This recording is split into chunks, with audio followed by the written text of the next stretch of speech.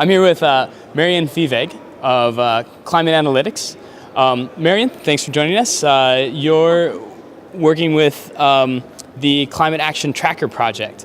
We hear a lot about 2 degrees, which is the goal, limiting 2 degrees of global warming, a goal that governments set here in the UN negotiations on climate change.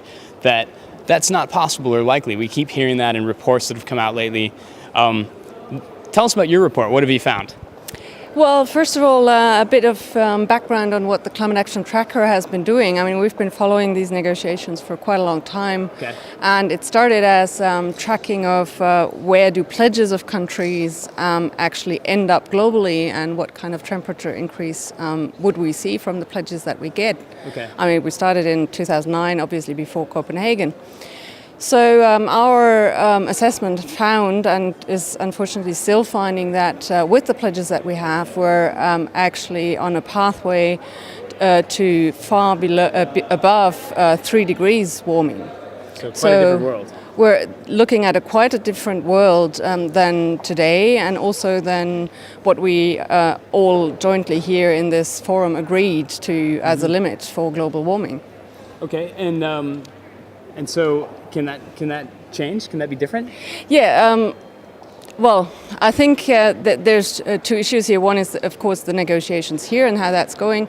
The other is we've looked recently very much on what is the feasibility of still achieving this 2-degree limit. Let's talk about that.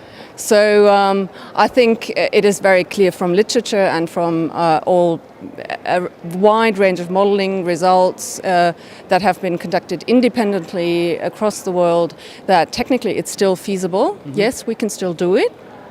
But that's the good news. The bad news is the window is closing. So we're actually we have a few years left, but after that, the technological options that we have to employ to actually get to 2 degrees still are the choices are narrowing down. So okay. Today we still have the option to say, as a society, we want to deploy nuclear energy, or we want CCS, or we want a massive use of biofuels, mm-hmm. or not, mm-hmm. considering all the kinds of implications these technologies have. If we wait much longer, we won't have any choice anymore. We Okay. will have to deploy them, or we will be faced with a world that's above 2 degrees. And in the latest update to the project, you guys looked at China and found some more information, or at least there's more information included on China. Can you tell us a little bit about that?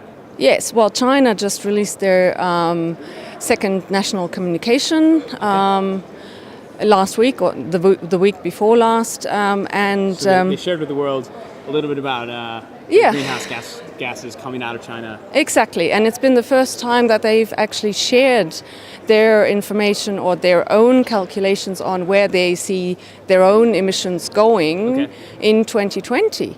And they provide a few scenarios and actually also include calculations of what their pledge of reducing energy intensity by 45% and the renewables energy target of 15%, what that actually means and where that would get us in terms of gigatons of CO2 emissions. And that's quite new, because so far we were always relying on third-party sources. So it's the first time the government actually has come forward.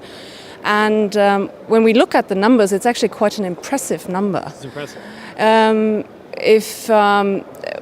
According to their own projections, their own emissions would be around 18.5 gigatons in 2020, and what are they now? They're around 10. 10, okay. So that's a massive increase, and the reduction through their pledge would be 4.5 gigatons. And wow. for many people, I mean, that's just a number, and it sounds pretty small. It's 4.5. What's that? That is actually in the order of magnitude of the emissions of the total European Union in 2010. So they'll cut out of their emissions by 2020 the total emissions from the European Union. Exactly. Seems pretty So significant. it is. It's a large number. It's a significant effort, but also, again, the flip side. I'm sorry. Globally, it's still not enough. It's still not enough. So we hear not enough, not enough, not enough. You're telling us it's possible.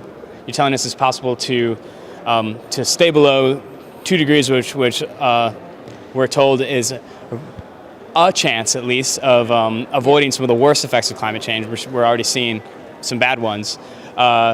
So what, as part of the climate movement, we have a lot of activists, friends. We're here kind of as activists.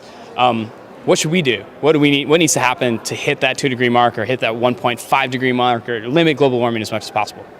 I think on the one hand, it's not lose hope. I think that's really, really important.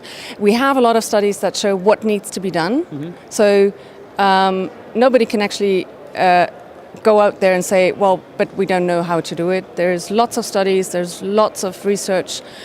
We know technology-wise what needs to be done. We know what kinds of policies lead to deployment of these technologies.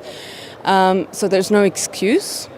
So as a civil society, I think what we need to do now is to pressure our governments, like in every country, we need to really pressure the governments to take their responsibility. At the moment, there is no ambition that we can see here in the negotiations from countries to ramp up their level of pledges or to do further activities until 2020, which would, according to all studies, be maybe not too late, but it really limits our options as a society. Plus, it makes it a lot more expensive.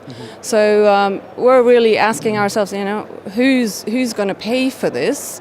The savings in the short term that we have by delaying action accrue to a few people and companies that already have quite a lot of money.